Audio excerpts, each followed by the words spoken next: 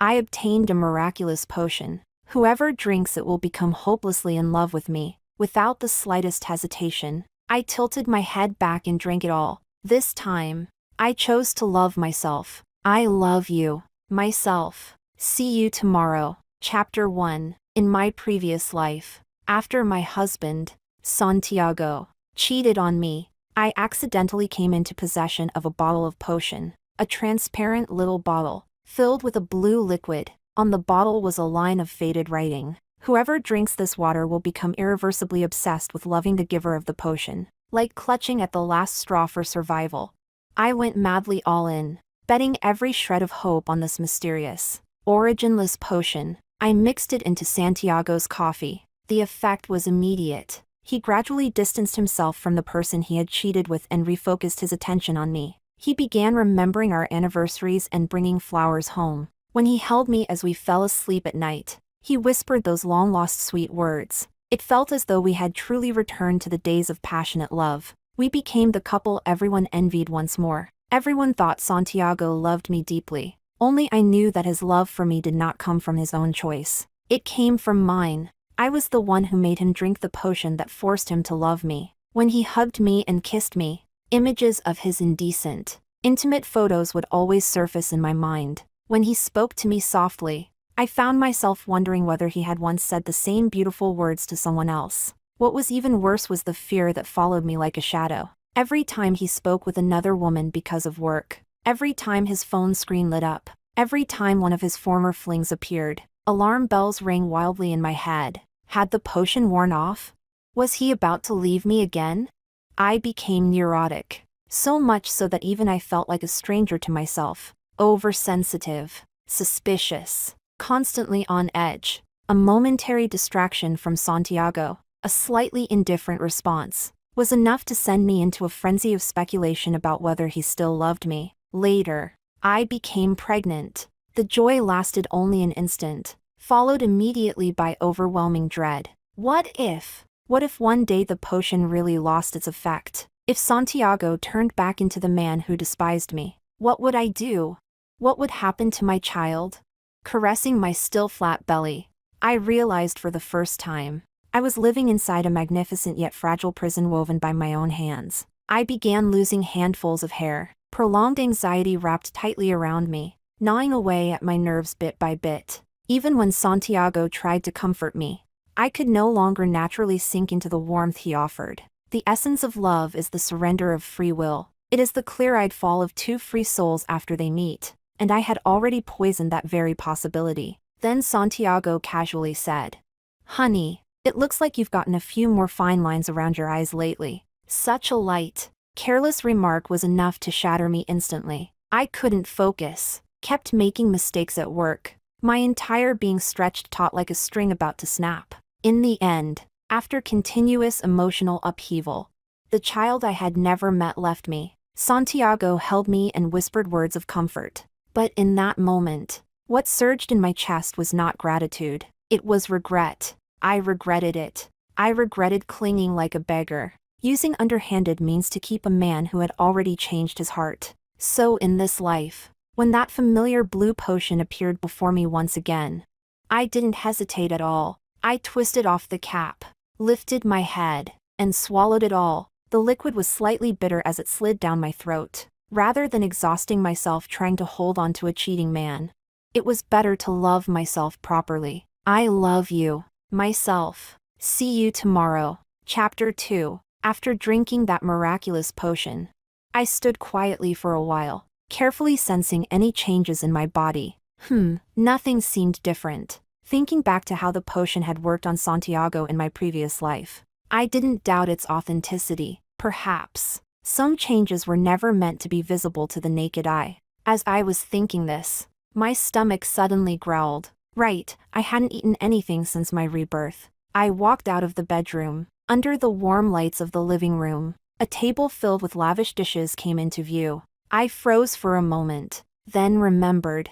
The point in time I'd been reborn to happened to be the 6th anniversary of my marriage with Santiago. How had I spent this day in my previous life? I had dressed up meticulously and gone to Santiago's company. In front of everyone, I begged him to come home for dinner that night. When I walked out of his office, the looks people gave me were filled with mockery and pity. But at the time, I was overjoyed just because Santiago had agreed, with no room in my heart to care about anyone else. After returning home, I cooked a whole table of dishes. All of them were Santiago's favorites: pickled fish stew, beef brisket with potatoes, steamed fish, stir-fried vegetables, steamed seafood. I used every trick I had, trying to capture Santiago's stomach with my cooking. Looking at the full table of results, I even felt a faint sense of accomplishment, fantasizing about the appreciation or emotion in his eyes when he pushed the door open. And the result? I sat alone on a cold chair for the entire night. Santiago spent the evening with his mistress. That was the gift he gave me for our 6th anniversary. That long night of collapse was what finally pushed me to use that potion, because I could no longer endure waiting alone. Thinking about it now, what was I lonely for? Didn't I still have myself? Now, looking at the same table of dishes, my feelings were completely different. No anticipation, no anxiety, only the purest need remained. I was hungry. Chapter 3. I took out a bottle of vintage red wine from the liquor cabinet, one I'd bought on a trip to a private winery. The wine poured into a crystal glass, the dark red liquid gleaming under the light. I took a sip, and the rich fruity aroma bloomed in my mouth. After swallowing, I couldn't help clicking my tongue twice. What a good wine. Me, myself, I've really never treated you badly. My gaze returned to the table of dishes. I frowned. Steamed, blanched, low salt, low oil. How was any of this food I actually loved? Just to accommodate Santiago's taste. I, a born and raised Southerner, hadn't even made a single proper spicy dish. I slapped my thigh hard. That's right. Who do I need to accommodate now? It was already past 8 in the evening, yet I was suddenly bursting with energy. I reheated the pickled fish stew, splashing it with sizzling chili oil and generous amounts of Sichuan peppercorns. I re-seasoned the steamed seafood, piling on thick minced garlic and bright red chopped chilies. Still not satisfied, I even made a plate of my absolute favorite, spicy diced chicken. A table full of blazing red, fiery dishes. The heat filled the entire kitchen. I refilled my wine glass and sat back down at the table. A slice of fish drenched in chili oil went into my mouth, so satisfying it made me want to stomp my feet. Then a shrimp coated in garlic and chili, salty, fresh, and spicy, shooting straight to the top of my head. The spicy chicken was crispy and numbing, and paired with a sip of wine, it was pure bliss.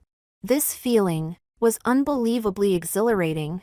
Just as I was eating with abandon, sweat forming on my forehead from the spice, the phone line beside me suddenly lit up with a new message. It was from Santiago's assistant, also one of Santiago's affair partners. Girl, you haven't seen my WeChat moments yet, have you?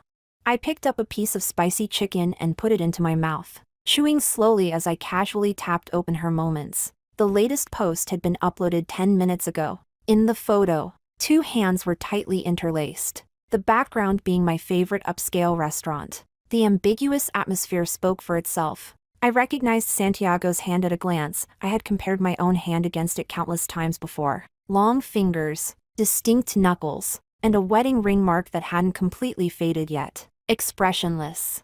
I tapped a like. Very soon, that moment's post disappeared. Immediately after, a new one popped up.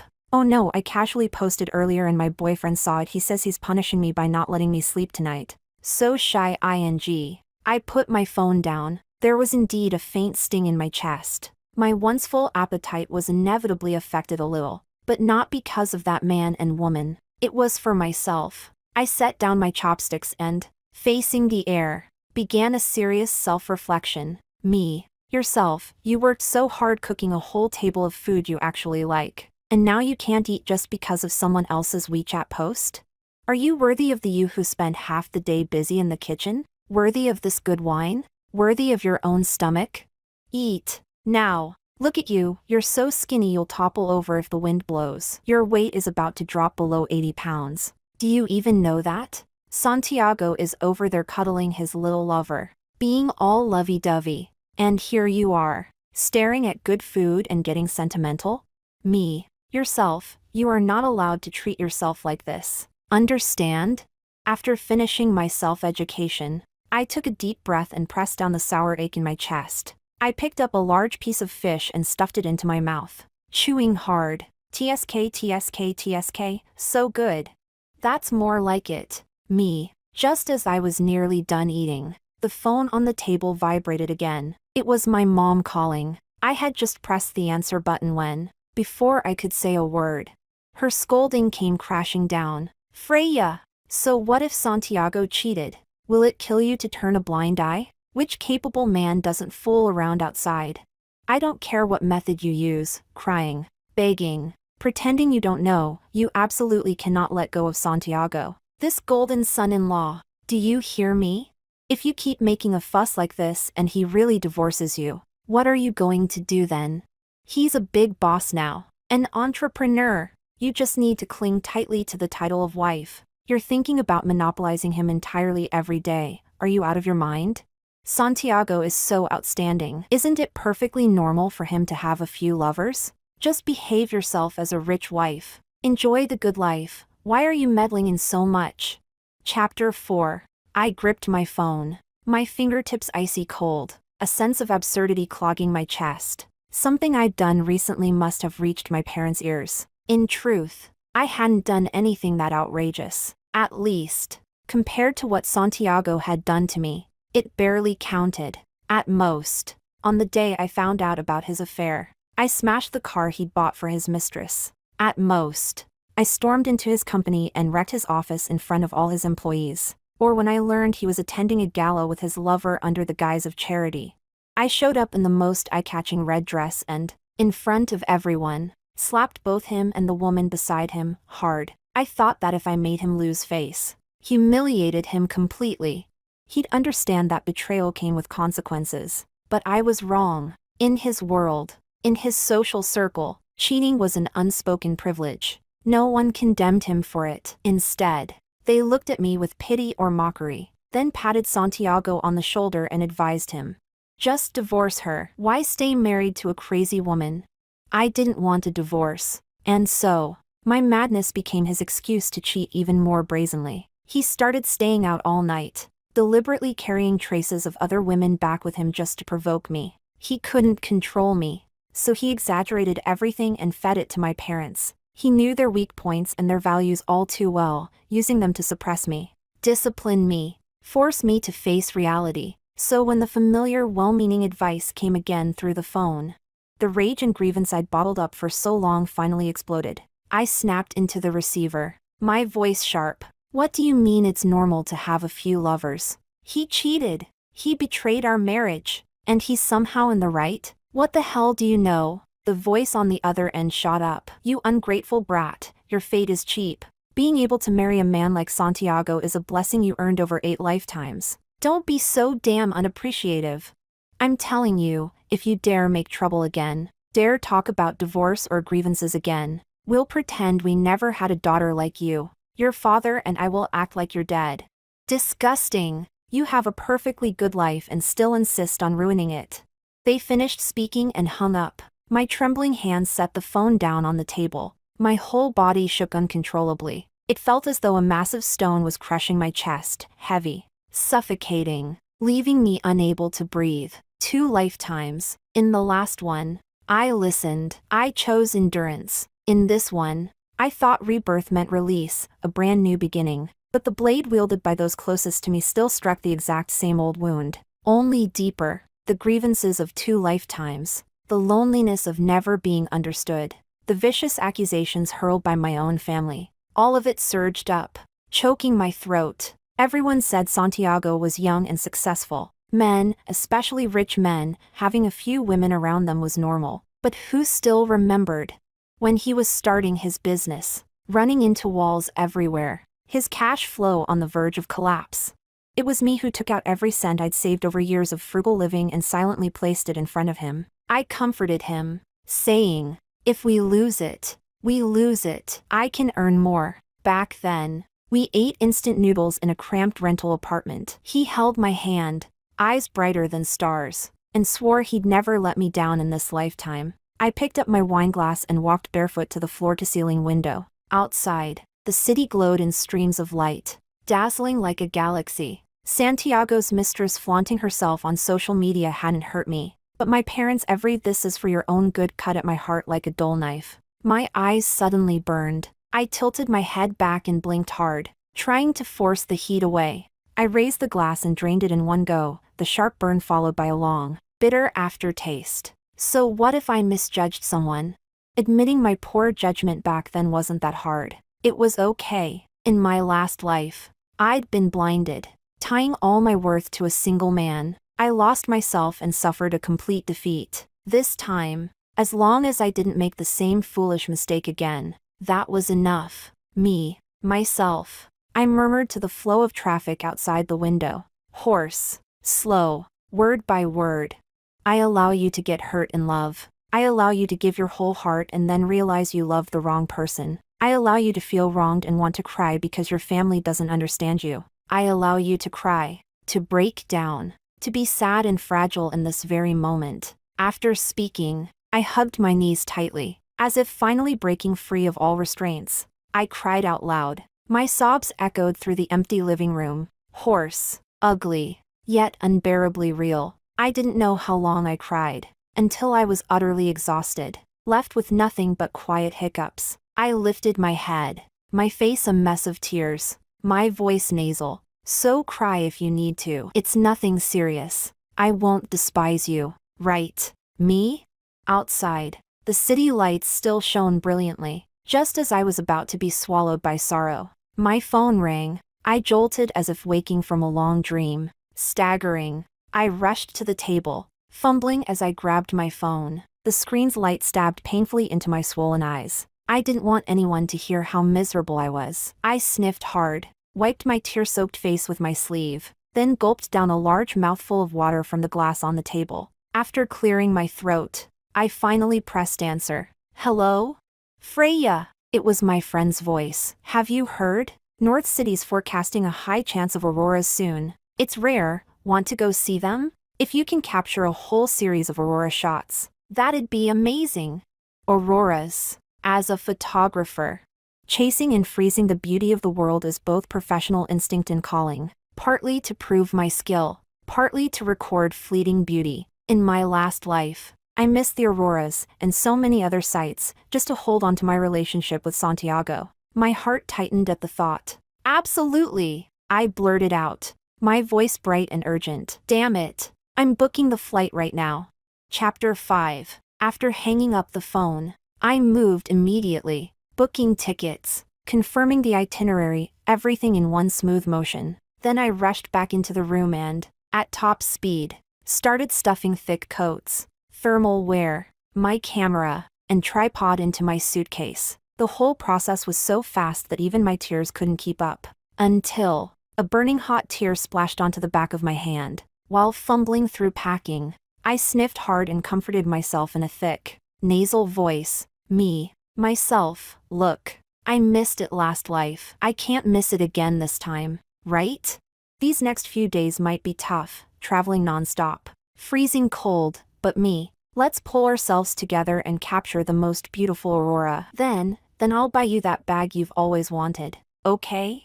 I was energetically planning the future while wiping tears in a thoroughly undignified way. Out of the corner of my eye, I caught my reflection in the mirror. Red, swollen eyes, messy hair, yet my hands never stopped, shoving down jackets and camera batteries into the suitcase. This sight was really a little ridiculous and a little heartbreaking, but I knew I was moving forward, even if I was walking forward while crying. At a little past 5 in the morning, before the sky had even begun to lighten, I was already on the plane. Outside the cabin window was a pitch-black night. Inside, the lights were dim, most passengers catching up on sleep, but I felt no drowsiness at all. Staring blankly out the window, a little past 8, the plane landed in Heilongjiang. A blast of dry, biting cold air rushed toward us. After leaving the airport, my friend and I had a steaming bowl of local specialty noodles, warmth spreading through my body from the inside out. My friend couldn't help but speak up. I thought you wouldn't come with me this time. Before, whenever I asked you, you always said you had to stay home and keep an eye on your husband, in case some other woman seduced him. I swallowed the last mouthful of soup, let out a satisfied sigh, and replied calmly. What man could ever be more important than my career? My friend's eyes went wide. She scanned me from head to toe suspiciously, as if she'd heard something utterly unbelievable. That came out of your mouth? I don't buy it at all. What possessed you? I tugged at the corner of my lips and didn't answer, because even I couldn't quite believe how naturally those words had just left my mouth. Instinctively, I pulled out my phone and unlocked it. The screen lit up. My chat with Santiago was still stuck on the message I'd sent yesterday afternoon. Husband, you must come home for our 6th anniversary. I've prepared a surprise and made all your favorite dishes. Scrolling upward, the screen filled with dense green chat bubbles. Almost all of them were my one-sided questions, sharing, and waiting. By contrast, his replies were brief and perfunctory. I turned off the screen and slipped the phone back into my pocket. Forget it. Why waste even a shred of energy on someone who no longer belonged to me? After eating, my friend and I boarded a green sleeper train heading for North City. For a full 17 hours, I leaned against the window, watching endless, flowing snowfields pass by outside. The monotonous rhythm of the tracks, the retreating white landscape, the tension in my nerves gradually loosened, and drowsiness crept in. By the time the train arrived, it was already late at night. The moment we got off, the freezing air made us shiver uncontrollably. The land was tightly blanketed in thick snow. Dragging our luggage, we checked into a prearranged inn. One deep sleep carried us straight into the afternoon. Then my friend and I set off for Arctic Village. I wore my thickest down jacket, wrapped in a scarf and hat. I looked like a bulky bear, yet still couldn't block out the bone-piercing cold. Cold air burned as it filled my lungs. Heat packs were stuck to my knees, but they still made faint crackling sounds when I walked. Traveling with us was a young couple we'd met on the train. The girl was lively and cheerful, the boy steady and considerate. Their conversation never stopped along the way. I heard making a wish under the aurora is super effective. The girl clung to her boyfriend's arm, her eyes sparkling. The boy lowered his head to look at her, replying gently, if we can see the aurora, we'll definitely be happy for a lifetime. They leaned against each other, their white breath intertwining in the air. Their faces were full of anticipation and sweetness. Those smiles were pure and radiant, like two small, warm flames in this icy, snowbound world. I watched them, feeling no jealousy, no bitterness, only a quiet, sincere happiness. How nice. There should be people in this world who are this happy. And me, I came here for myself, with friends, with myself. That, too, is pretty good. Chapter 6. We arrived at the observation site in Arctic Village. The snow beneath our feet already past our ankles. The sky had long since turned pitch black, yet the snowy field was crowded with silhouettes. Most of them were like us, carrying cameras, holding on to the determination that there must be shots to take tonight. Time ticked by, second after second. As midnight approached, the long-awaited curtain of light still did not appear. Instead, a blizzard arrived. Heavy snow lashed against our faces, stinging our cheeks, the visibility growing worse by the minute. Unable to endure it, many people began cursing under their breath as they packed up their equipment and turned to leave. The crowd gradually thinned. My friend and I didn't move. We pressed close to each other, stubbornly facing the wind and snow, tilting our heads up toward the inky black sky. Deep down, we were still waiting for a miracle. The young couple who had come with us were locked tightly in each other's arms amid the raging snowstorm. Out of the corner of my eye, I caught the scene, my heart stirring. Almost instinctively, I raised my camera and adjusted the settings. Through the swirling curtain of snow, I aimed at them. Click. The soft sound of the shutter froze the moment of them clinging to each other in the storm. They noticed my lens. Their faces, red from the cold, broke into radiant smiles. And they even cooperated, flashing me a playful V sign. At the very instant their smiles peaked, fingers raised, the heavens above were suddenly torn open, as if by an invisible hand. One streak, then another. Flame-like red auroras burst forth across the black night sky. They were nothing like the cool, ethereal green auroras I had seen online. These were blazing, intense, brimming with life, like a phoenix spreading its wings, proclaiming the splendor of rebirth after the flames. It's red! It's Red Aurora.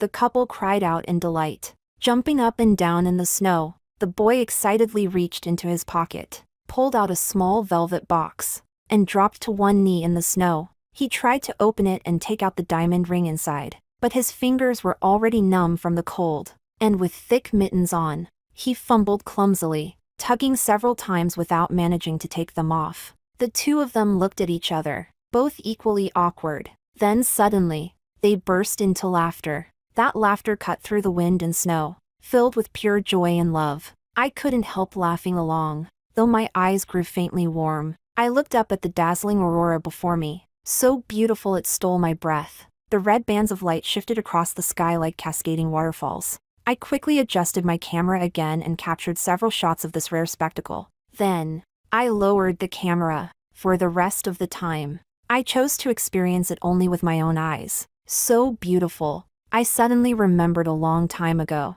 back when Santiago and I were still eating instant noodles in a cramped rental apartment. We had once pointed at a photo of the aurora in a magazine and said that when we had money someday, we would definitely go see it together. Back then, it felt like a dream that required two people to complete. Now, I stood here, witnessing a red aurora far more magnificent than anything in that magazine. A quiet voice inside me softly asked, myself, do you like it? You must really love scenery like this, right? In the future, shall we see many more like it together? The aurora didn't last long. After about 10 minutes, the brilliant red began to fade and dissipate, like a brief yet glorious dream. My friend leaned over to look at the photos on my camera and couldn't help exclaiming, "Wow, Freya, you really are the best photographer I've ever seen at capturing moments and composition." Her eyes shone. With talent like yours, not traveling around to photograph the beautiful landscapes of this country would be such a waste.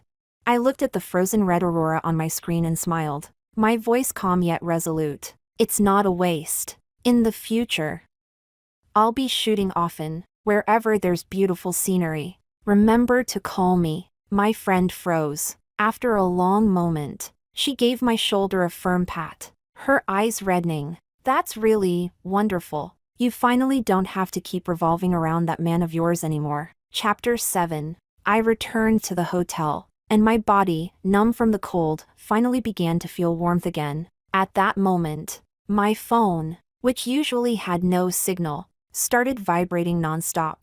I took off my heavy coat and curled up under the warm blankets. Opening WeChat, I saw that Santiago had uncharacteristically sent me a whole string of messages. "Freya, why aren't you at home?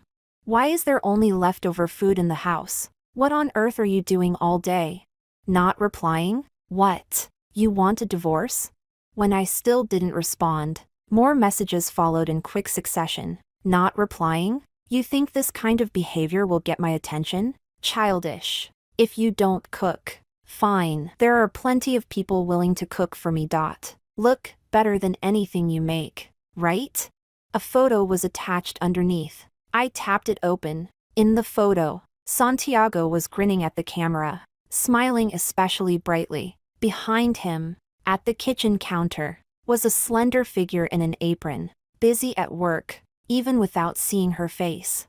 I recognized her immediately. It was his assistant. I looked at the photo, and a single, instinctive thought rose in my mind. Santiago is really greasy. His expression looked like day-old oil, smeared across the screen, so greasy it made my skin crawl. At that thought, a flicker of guilt surfaced in my heart. "I'm sorry.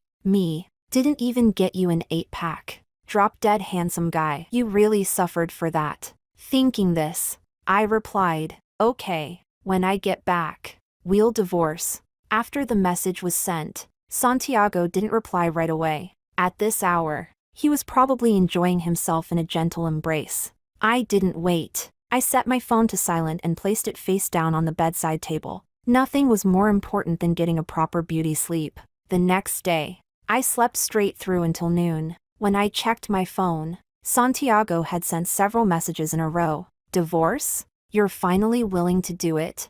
What do you mean when you get back? I'm home. Where are you? Where did you go? Freya, you didn't come home last night? Answer the phone. Freya, are you dead?" I scrolled through the screen expressionlessly. Not bothering to respond, I started packing my luggage, preparing for the return trip. Once the plane landed, I sent Santiago a message. "Where are you?"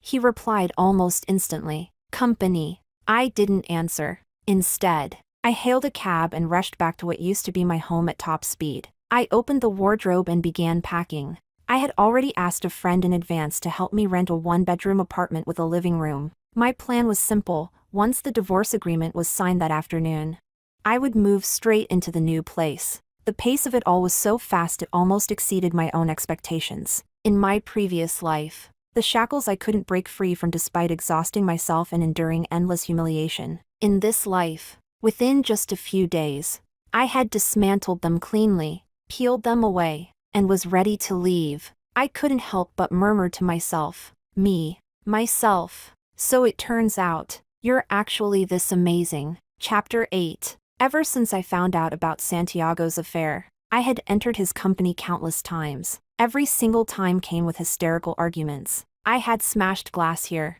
torn up documents, damaged walls, like a completely unhinged madwoman. Throughout the entire company, probably no one didn't know this. Santiago's wife was a lunatic with absolutely no sense of dignity. Now, as I stepped into the building, gazes gathered on me from all directions. Curious, contemptuous, eager to watch a show. The elevator doors opened, I walked in, and several employees who had been waiting followed me inside. In the cramped space, hushed chatter began to rise. "She's here again, want to guess which window she's smashing this time?" Tisk. The renovation contractors must be getting rich thanks to her. Quiet, looks like the show's about to start again. Laughter wrapped around me inside the sealed elevator. I didn't lose control like before. Instead, amid the slight weightlessness of the elevator's steady ascent, I let out a soft laugh. I turned calmly and swept my gaze across their faces. "I'm afraid you'll be disappointed. I didn't come to smash anything today. I came to talk to your boss." I paused, enunciating each word clearly. "About divorce." Ding! The moment my words fell, the elevator arrived at the target floor. I stepped out and strode toward the end of the corridor. I pushed open the office door. What greeted my eyes was an intimate pair. Diana was sitting sideways on Santiago's lap. When she saw me, her cheeks flushed, startled. She jumped up abruptly. Freya, you two talk. I'll step out first." She stammered, head lowered. "No need." My voice was unexpectedly calm. "You can sit. It's fine." My gaze passed over her and landed on Santiago's face. He, on the other hand, was remarkably composed. I took a document out of my bag and gently placed it on the desk. "I've read the agreement your lawyer sent me." I met his slightly mocking gaze. "Santiago, since you're the one at fault, 1 million isn't enough." I paused, then stated my terms. "I want 3 million. You agree? And tomorrow morning at 9, we meet at the Civil Affairs Bureau." Santiago laughed as if he just heard a joke. He tightened his arm, pulling Diana, who was trying to leave, back into his embrace. "Freya, the money I worked so hard to earn, giving you 1 million is already out of old feelings. Already me giving you dignity. And you still dare ask for 3 million? Have I been too lenient these past few years? That you've forgotten who you are?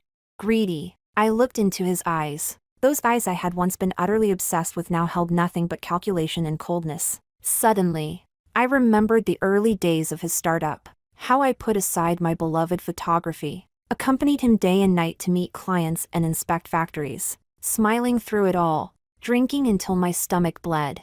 I remembered waiting 4 full hours downstairs at a partner's company just to help him secure a deal. All of my dowry and savings had gone into his business. It wasn't until the past 2 years, when he had finally established himself, that I slowly returned to photography. And in the end, I was labeled greedy. He had long forgotten, or perhaps he had never thought it worth remembering at all. But I didn't argue any of this. Digging up old accounts would only make me look more like a resentful woman, completely meaningless. I let out a self-mocking smile, pulled over a guest chair, and sat down opposite him, posture relaxed. "It's fine, Santiago. I have plenty of time. And," I narrowed my eyes slightly, "I have quite a few intimate photos of you and Diana, and others, saved on my phone. High definition, faces included. You tell me, if I were to post a little bit online every few days, add some dramatic captions, don't netizens just love this kind of rich family drama?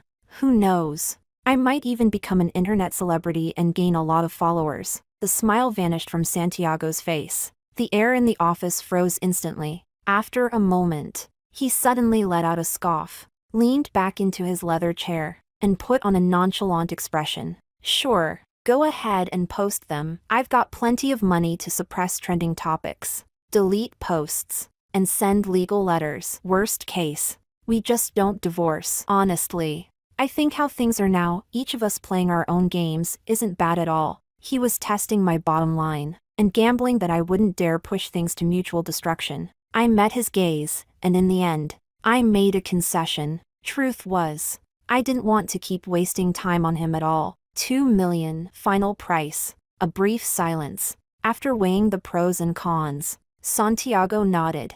Goal achieved. I picked up my bag and turned toward the door. Tomorrow morning at 9, Civil Affairs Bureau. Don't be late. Chapter 9. Stepping out of the office building. The afternoon sunlight was a bit dazzling, yet I felt exceptionally light, as if even the air carried a crisp sense of freedom. I didn't waste any time and immediately contacted a moving company. Watching my belongings pile up in my small new place, a surge of joy rose naturally in my chest. Tomorrow, I would be free. I met up with a friend, got a stylish new haircut, and went shopping for several new outfits.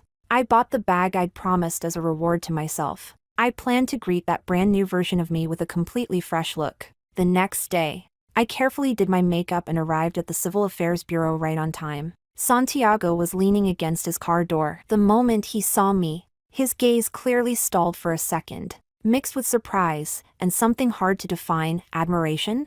He walked over, trying to sound casual, though his words still carried that familiar patronizing tone. Freya, when you dress up, you actually look pretty decent. Would have been even better in a white dress. I couldn't help rolling my eyes. Who cares what you think? You. He choked on his words, his expression instantly darkening. I didn't look at him again and walked straight into the Civil Affairs Bureau. The staff member picked up the stamp, and I looked on with open anticipation. At that moment, my long hair was suddenly yanked violently from behind.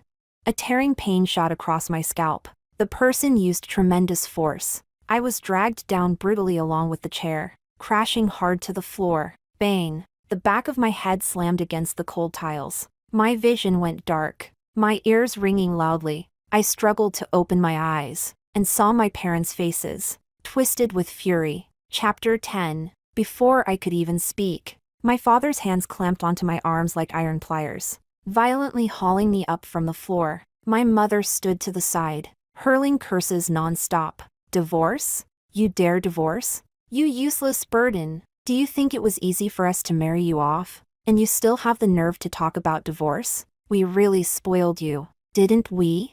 Your wings have hardened now, sneaking behind our backs to handle the paperwork? You've got some nerve. You damn girl, just wait till we get home. I'll break your legs. My father's strength was terrifying. No matter how desperately I struggled, I couldn't break free. I was dragged half-lifted, half-pulled down the steps. When my mother turned to Santiago, her face changed instantly, plastered with a fawning smile. Santi, oh, I'm so sorry. Truly sorry. Our girl's lost her mind lately. Just talking nonsense. Don't worry, we'll take her back and discipline her properly. I guarantee she won't ever come bother you again. This marriage isn't ending, absolutely not. As she spoke, she hurried after my father. Together, they shoved me forcefully into the back seat of the car parked by the roadside. Bang! The car door slammed shut and locked. I scrambled to the window, pounding desperately against the glass. The Civil Affairs Bureau receded rapidly in my view, growing smaller and smaller, until it disappeared completely. So close. It was so close. What right did they have to treat me like this? Chapter 11. My parents dragged me home, half pulling, half hauling. The moment the door slammed shut, the verbal abuse began. My younger brother lounged on the sofa with one leg crossed over the other, leisurely cracking sunflower seeds, wearing the smug expression of someone enjoying a show. Did a donkey kick your brain? You actually dared bring up divorce with Santiago?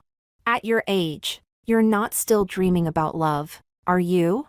My father's temples throbbed violently, spit practically flying into my face. Love? Love is bullshit. Can it fill your stomach? Can it be spent like money? A golden son-in-law like Santiago, people can't even reach him in their dreams. And you're pushing him away? I rubbed the back of my head, which still throbbed faintly. There was probably a swollen lump there. I lifted my head and saw my parents' twisted expressions. My voice was dry and weak. Money, is it really more important than me? My mother laughed out loud, spat disdainfully to the side, and looked at me with contempt. You? What do you even count as? Without Santiago, you're nothing. My eyes widened. It felt as though all the blood in my body had frozen. The disgust and scorn in their eyes stabbed into my heart like needles. Seeing me fall silent, they assumed I'd given in and intensified their lesson. A man fooling around outside, what's the big deal? As a wife, your duty is to take good care of him at home and hurry up and give birth to a son to tie him down. If he's willing to come home, you should be grateful and serve him properly. That's your blessing. Santiago choosing you is an act of grace. Don't be ungrateful. An act of grace? Grateful? The rage I had suppressed for 2 lifetimes finally burst through every last shred of reason. Why should I? I sprang to my feet and, with all my strength, flipped over the coffee table in front of me. Glass cups, fruit trays, ashtrays crashed to the floor in a clatter, sunflower seed shells flying everywhere. Under my family's stunned gazes, I spun around and rushed into the kitchen, grabbing the cleaver used for chopping bones. Gripping it tightly in my hand, I turned back, staring at them unblinkingly. How interesting. He cheats, and you speak up for him? Then go live with him yourselves. We're all human, why should I have to bow and scrape just to please him? Santiago, who the hell does he think he is? They were intimidated by the knife in my hand, rendered speechless for a moment. You only know how to tear me down, right? I raised my voice, venting years of pent-up grievance and fury. You think I'm worthless, that I can't live without a man. Is that it? I bent down and picked up the mop from the floor, knife in one hand, mop in the other. My gaze swept across the living room. That 70-inch flat-screen TV, I'd bought it with the prize money from my first photography award. That double-door refrigerator, I'd saved up for it by doing shoots for others on weekends. Everything in this house, from the furniture and appliances down to the pots and bowls, was bought by me. This house, what isn't paid for by me? I swung the mop and smashed it into the expensive television. Bang! Crash! The screen shattered on impact. You don't seriously think all this was charity from Santiago, do you? Clang! I smashed the refrigerator door next, leaving a deep dent. Using my stuff, spending my money, and you still dare look down on me? I cursed as I smashed, leaving destruction in my wake. My father's face turned ashen with rage. He flew into a fury and grabbed the mop handle from the corner, ready to strike me, only to stop short, forced back by the gleaming cleaver in my hand. My mother wailed and cursed, calling me a white-eyed ingrate, crazy, a curse upon the family. My younger brother, afraid of getting hurt, fled back into his room. This chaotic, desperate farce finally came to an end with the arrival of the police. Most likely, the neighbors couldn't take it anymore and called them. Chapter 12. After we arrived at the police station, my parents shouted angrily, demanding that the police arrest me. I calmly showed the officers the purchase records on my phone. Officer, I can provide purchase histories and payment receipts for every item that was damaged here. All of them are my personal property. I was dealing with my own belongings. What's wrong with that? The facts were clear. Ownership was indisputable. After understanding the situation, the police had no grounds to punish me for handling my own property. Seeing their scheme fall apart, my parents trembled with rage, pointing at my nose and cursing. Unfilial daughter, we raised you for nothing. Get lost. We'll just pretend we never had a daughter like you. I looked at them coldly, brushed the dust off my clothes, and said, all right, then let it be as you wish. From today on, I'll consider myself an orphan, and you can pretend you never gave birth to me. With that, I walked out of the police station, hailed a taxi, and didn't look back at them again. Chapter 13. Once in the car, I slumped into the seat, utterly exhausted. My parents' favoritism toward my brother, their eyes and hearts holding only him, wasn't something I learned today. Before, I had still clung to a ridiculous sliver of hope. Now, the mask had been torn off. Fine. At last, I could say a clean, complete goodbye to the thing called family. Leaning against the window, I spoke softly to that battered yet stubbornly resilient version of myself inside my heart. Myself, you really are incredibly brave. Just then, my phone rang. It was my friend, Freya. Her voice was bright and energetic. Want to go hiking tonight? We'll catch the city night view, then watch the sunrise tomorrow morning. The light this season is insane, perfect for photos. Let's go. I agreed without a second's hesitation. I needed a full-throttle escape. I needed to stand somewhere high and look far into the distance. After hanging up, I glanced at the time on my phone. The Civil Affairs Bureau wasn't closed yet. A powerful impulse seized me. Driver. I straightened up. We're not going back to the previous address. Please turn around. Right now. There was still time to get divorced. Chapter 14. I pushed open the door to Santiago's office and said bluntly, "We're getting divorced." Seeing me, he was clearly taken aback for a moment. Then a mocking smile appeared on his face. "Divorce again? Did you forget how embarrassing you were this morning?"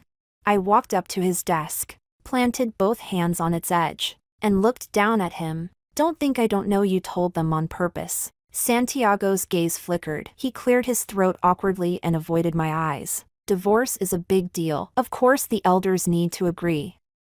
Besides, Freya, do we really need to push things this far? Isn't how things are now pretty good? We each do our own thing. Don't interfere with each other. If you want, you can even find someone outside." "Santiago." I cut him off. My voice wasn't loud, but it was icy. "I don't have the time or the interest to play this kind of game with you. Listen carefully." I leaned forward slightly, enunciating every word. "Today, this divorce must happen. If you try to stall again, or pull any tricks, I'll package all those intimate photos of you and Diana, and you and the others, and send them to the inbox of every single employee in this company, from the cleaners to the executives. Not a single one missed. I don't care about the consequences. At worst, it's invasion of privacy and paying compensation. I can afford that. But have you thought about it? When the entire company, along with your partners and competitors, are all gleefully discussing Santiago's spicy scandals,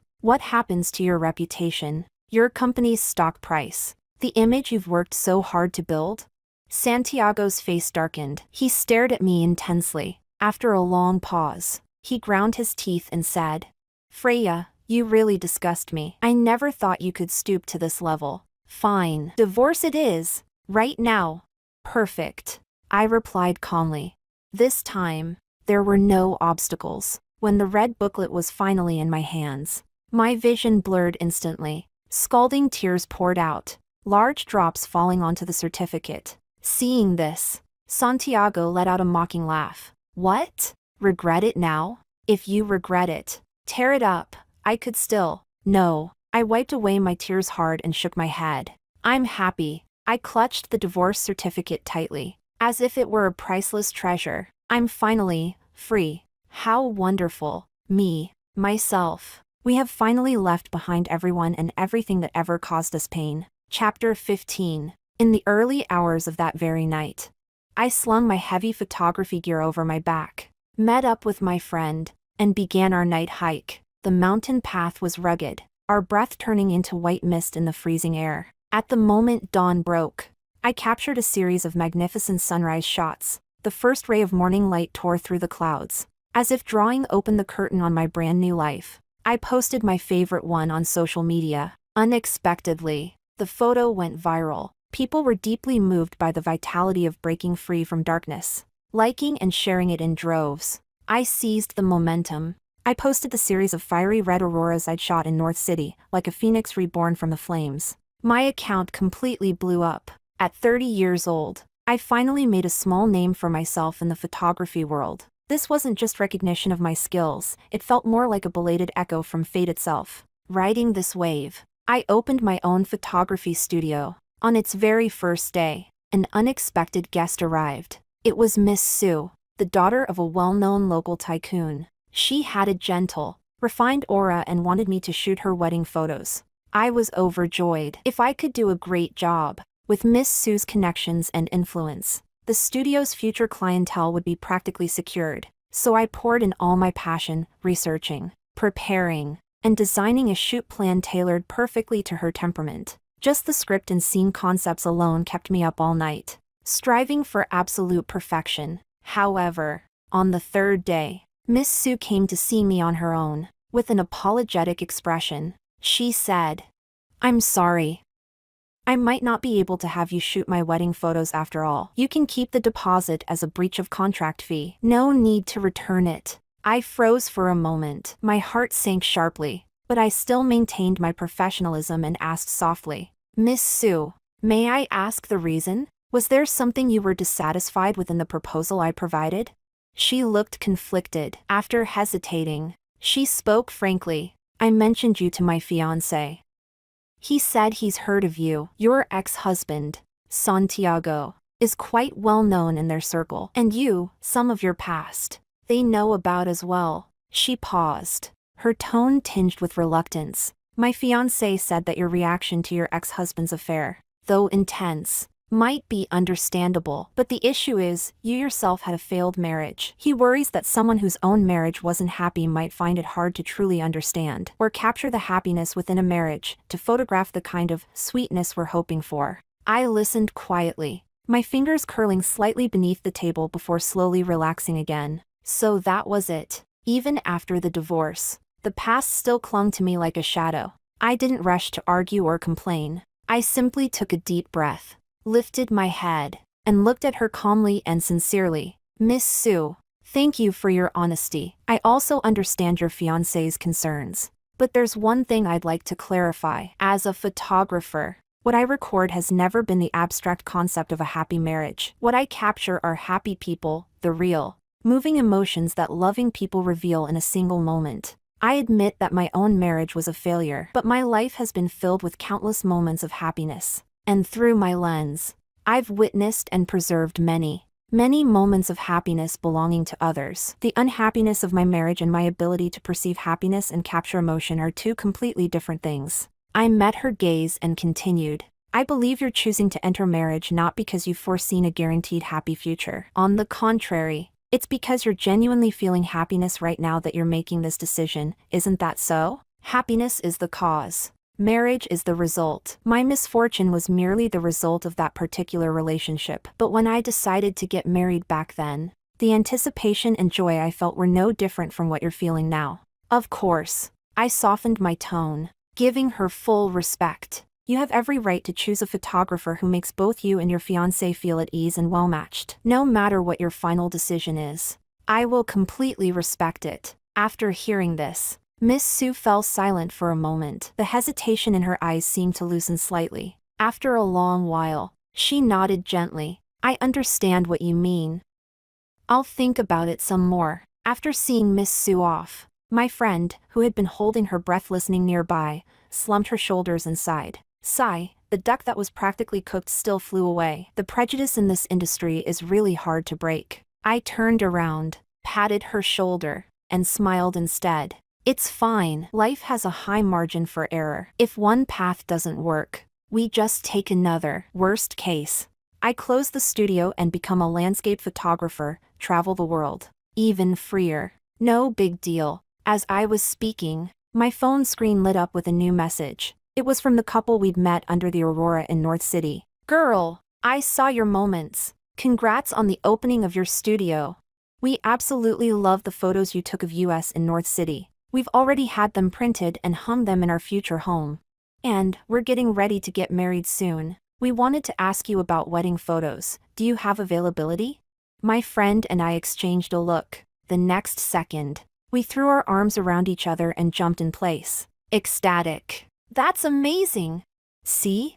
When the mountains pile up and the rivers wind on, you think there's no way forward. Then, where willows grow dense and flowers bloom bright, another village suddenly appears." Chapter 16. In the end, Miss Sue did not choose me as her wedding photographer, but fortunately, the couple I met in North City chose me without hesitation. The wedding photos I carefully shot for them were shared joyfully on their social media. That set of natural, sincere, story-filled photographs brought my studio an unexpected surge of attention. My career gradually got on track, thriving step by step, and I myself was filled with motivation, because this time, I was fighting for my own career, for myself. Later, I accepted a live interview. The host asked me, Ms. Freya, many people know that your ex-husband, Mr. Santiago, is very well known in the business world. Online, there are also some videos and photos circulating from your past, well, moments where you were quite emotional for such a rather famous past. Would you mind talking about it? I looked into the camera, my smile unchanged. Of course I don't mind, that's a part of my life. The host followed up with a sharper question. Then how did you make the decision to leave your ex-husband and turn fully toward your photography career? That kind of transition must not have been easy. I thought for a moment, then spoke calmly. I think it's because I finally figured something out. Our eyes are meant to look at the stars and the sea, the changing seasons, and the warmth of human life, not to stare at whether someone has replied to a message. Photography, in a sense, is an effort to restore and preserve the beauty that truly exists in what our eyes can see. So I decided to move my gaze away from one person and turn it back toward the vast world. At that moment, a conspicuous bullet comment suddenly floated across the screen. It carried obvious malice, putting on an independent woman persona in real life. But back then she was still ready to live or die for a man. This kind of thing is just for show. The host's expression shifted slightly. I looked at that bullet comment and suddenly laughed. This comment is actually pretty interesting. I turned to the camera, calm and composed, without a trace of offense in my expression. I honestly think that those past experiences, even if some of them were not very dignified, or could even be described as downright messy, truly shaped who I am today. The host couldn't help but press further. When you see others judging your past pain like this, don't you feel angry? No. I shook my head, my gaze steady. Because the person who made those choices back then was me, the one who got carried away by emotions, who burned through all her passion and dignity for someone who wasn't worth it. That was also me. I don't think there's anything there that needs to be denied or hidden. Even if someone were to mock me with those things to my face, I wouldn't be angry. I paused, every word clear and firm, because I unconditionally accept everything I've ever done and every road I've ever walked. The good, the bad, the glorious, the disgraceful, all of it together is what makes up the person sitting here today. Just then, another bullet comment flew across the screen. Sister, what you said is so good. I love you. You're the heroism of my girlhood. I looked at that message and smiled, then said gently but earnestly, thank you. I also love myself. But young girl, your heroism is actually yourself. You and yourself are the ones who truly stand and fall together. The live stream fell silent for a brief moment, and then genuine applause rang out. Chapter 17. After the interview ended, I walked out of the broadcasting building. Just as I stepped down the stairs, a figure emerged from the shadows nearby and blocked my path. It was Santiago. He seemed to have deliberately waited here for me. I didn't slow down and tried to walk past him, but he shifted sideways and blocked me again. Freya, he said, his voice slightly hoarse. I'm sorry. I've thought about it again and again, and I still feel that I owe you a proper apology. I stopped and looked up at him. Suddenly, it felt a little ridiculous. An apology? Santiago, put away that cheap sense of remorse. Your sorry has long since meant nothing to me. I saw the flicker of surprise in his eyes and continued calmly. The person you wronged the most isn't the me standing here now. It's the you from 10 years ago. Back in that rented apartment, you betrayed the promises you once made, and you also betrayed the version of yourself that hadn't yet been corrupted by fame and money. So save your apology for him. With that, I didn't look at the complicated expression on his face any longer. I walked past him and headed toward the car parked by the roadside. The night wind brushed against my face, cool and refreshing. From that moment on, Santiago and I never crossed paths again. Chapter 18. The next time I saw him was in the financial section of social news. The headline read, Renowned entrepreneur Santiago suspected of tax evasion. Case transferred to prosecutors for investigation according to law. The accompanying photo showed him being taken away by law enforcement officers. His head was lowered. Not a trace left of his former high-spirited confidence. The report also mentioned that the whistleblower was his former mistress and assistant. They had fallen out over unequal distribution of benefits. His company was thrown into chaos as a result. When this news notification popped up, I was in my studio selecting client photos. My finger paused on the screen for 2 seconds. Then I laughed out loud. How wonderful. What goes around, comes around. I put my phone down, opened a shopping app, and happily began picking out gifts for myself.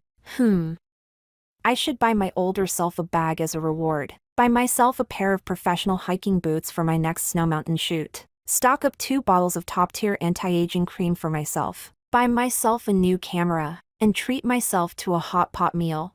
As for my parents, for the sake of that useless precious son of theirs, they ran around begging for help, worried themselves sick, and even sold off family assets. They tried to contact me, calls, messages, but I had long since blocked them all. Later, they took me to court, demanding alimony. When the verdict came down, I was required to pay 400 yuan per month. I am a law-abiding citizen. I strictly follow the judgment, never a cent less, never a cent more. As for whether that 400 is paid at the beginning of the month, mid-month, or on the very last day, that depends entirely on my mood that month. After that, my photography career grew busier and busier, with bookings already scheduled 6 months in advance. Still, I insisted on setting aside time every year to travel and shoot. My lens has captured the lone smoke and setting sun over the northwestern deserts, and recorded the misty rains of water towns. Through my perspective, I have photographed the magnificent land that I so deeply love. All right, that's the end of the story. One last sentence, let me say it again. I love you, myself. See you tomorrow.